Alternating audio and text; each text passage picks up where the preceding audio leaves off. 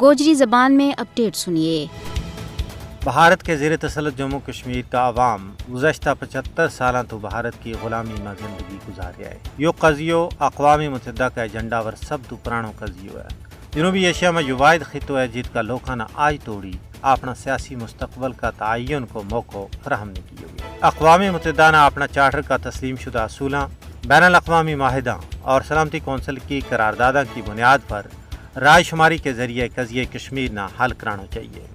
کشمیر پر اقوام متحدہ کی قرارداد گواہ ہیں کہ یہ عالمی سطح پر ایک تسلیم شدہ تنازع ہے۔ کشمیر میں تعینات اقوام متحدہ کا فوجی مبصرین اس گل کو بین ثبوت ہیں کہ یہ تنازع سلامتی کونسل کا زیر غور ہے۔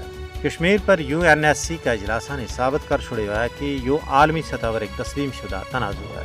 یہ کشمیری عوام کی بے مثل و مثال قربانی ہے جنہوں نے عالمی سطح پر اس تنازع نہ اجاگر کی ہوا ہے۔ سب تو اہم گل یہ ہے کہ پاکستان نے بھی علاقائی اور بین الاقوامی سطح پر قضیہ کشمیر نہ اجاگر کرنے میں مجھ اہم اور کلیدی کردار ادا کی ہوا ہے۔ مودی حکومت کا 5 اگست 2019 کا غیر قانونی اقدامات جموں کشمیر کی بین الاقوامی سطح پر تسلیم شدہ حیثیت نہ کسی بھی صورت میں تبدیل نہیں کر سکتا۔ معاملہ کی حقیقت یہ ہے کہ کشمیر بھارت کا جبری اور غیر قانونی قبضہ میں ہے۔ اقوام متحدہ نے جموں کشمیر پر بھارت کو ناجائز قبضہ ختم کرانے واسطے دباؤ کرنا چاہیے۔